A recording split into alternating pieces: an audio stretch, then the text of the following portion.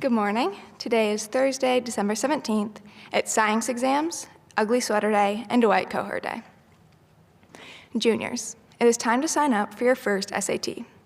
We are offering this test with and without essay to juniors in April of 2021. We encourage you to take the SAT with essay at least once. This test is not available on the College Board website. It is only available via the link you were emailed this week. Act fast, as the link closes on Friday. Contact your guidance counselor with any questions.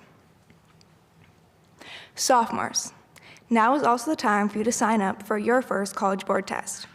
We are offering the PSAT 10 to sophomores in April of 2021. We encourage you all to sign up, take the test, and begin preparing for your PSAT/NMSQT for the fall of 2021. This test is not available on the College Board website. It is only available via the link you were emailed this week. Act fast. This link closes on Friday as well. Contact the guidance office with any questions. Quarter 3 driver's education students. Do not forget to stop by Mr. Thornton's office today during advisory time or at 2:50 p.m. A copy of your Vermont driver's permit and your driving log must be turned in before tomorrow, Friday, December 18th. Contact Mr. Thornton with questions at gthornton@sgacademy.org. A reminder to those students who rented a calculator from Miss Ely in the capstone/math office this semester and are looking to return it. Please do so today. If there are any students looking to keep their calculators for next semester, please feel free to reach out to Miss Ely, cely@sgacademy.org, or Mr. Kinsella, pkinsella@sgacademy.org. And happy birthday today to Nora Blankenship. Happy birthday. Have an excellent day.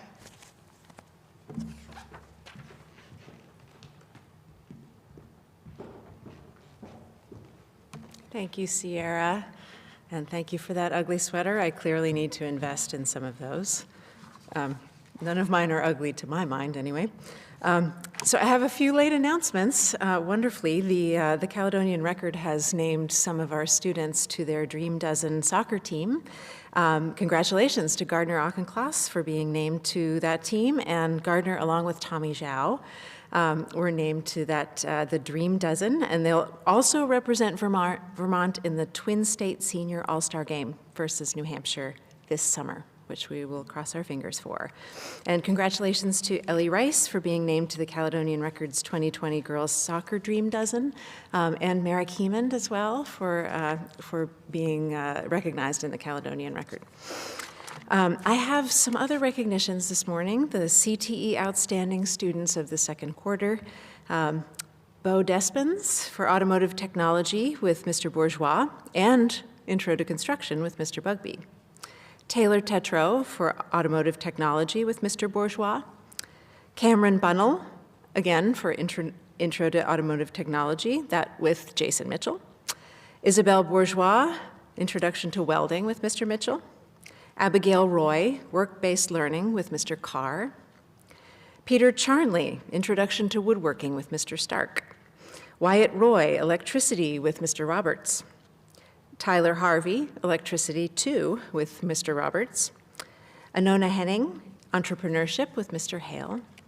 Madison Wilson, Maddie Wilson, for Human and Professional Services with Ms. McGarvin. Aidan Kimball and Lynn Kawano, Foundation in Culinary Arts with Chef Bystricky. Keating Maurer in Culinary 1 with Chef B. Eve Codling in Culinary 2 with Chef Andre and Mrs. Libby. Gavin Dufour for Intro to Construction with Mr. Bugby. Dylan Miller for Construction Technology with Mr. Bugby. Emily Greer for Career Exploration with Ms. Kendall. And Sam Began for Intro to Business with Ms. Kendall. And Braden Beck and Thomas Val for Finance with Ms. Kendall. Congratulations to all of you for that recognition. So good morning, everyone, and congratulations for making it to the final full in-person day of school of this fall semester. I think we can all agree that this has been a major achievement. And I want to start the day by saying how proud I am that we've been able to do this. I know I thank the COVID response team a lot, Jack Driscoll, Sarah Gary, Kurt Zhao, Beth Schwanier, but I want to thank them again here for helping us to keep going, and really thank everyone here. It is everyone who has contributed to the effort to stay together here on campus. You all have a great deal to be proud of, and that's honestly just about each and every one of you, so thank you.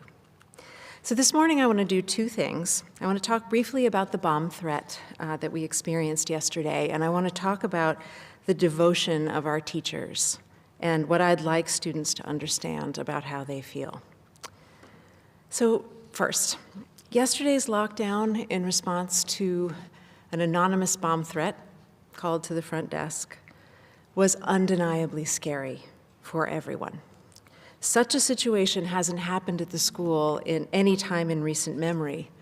And while we can run drills and we can have practices for those situations, the real thing is always going to begin in a lot of uncertainty and be pretty terrible for a brief moment. Before the folks responding have a chance to figure out what's going on and decide on a course of action, it's going to be a little fearful.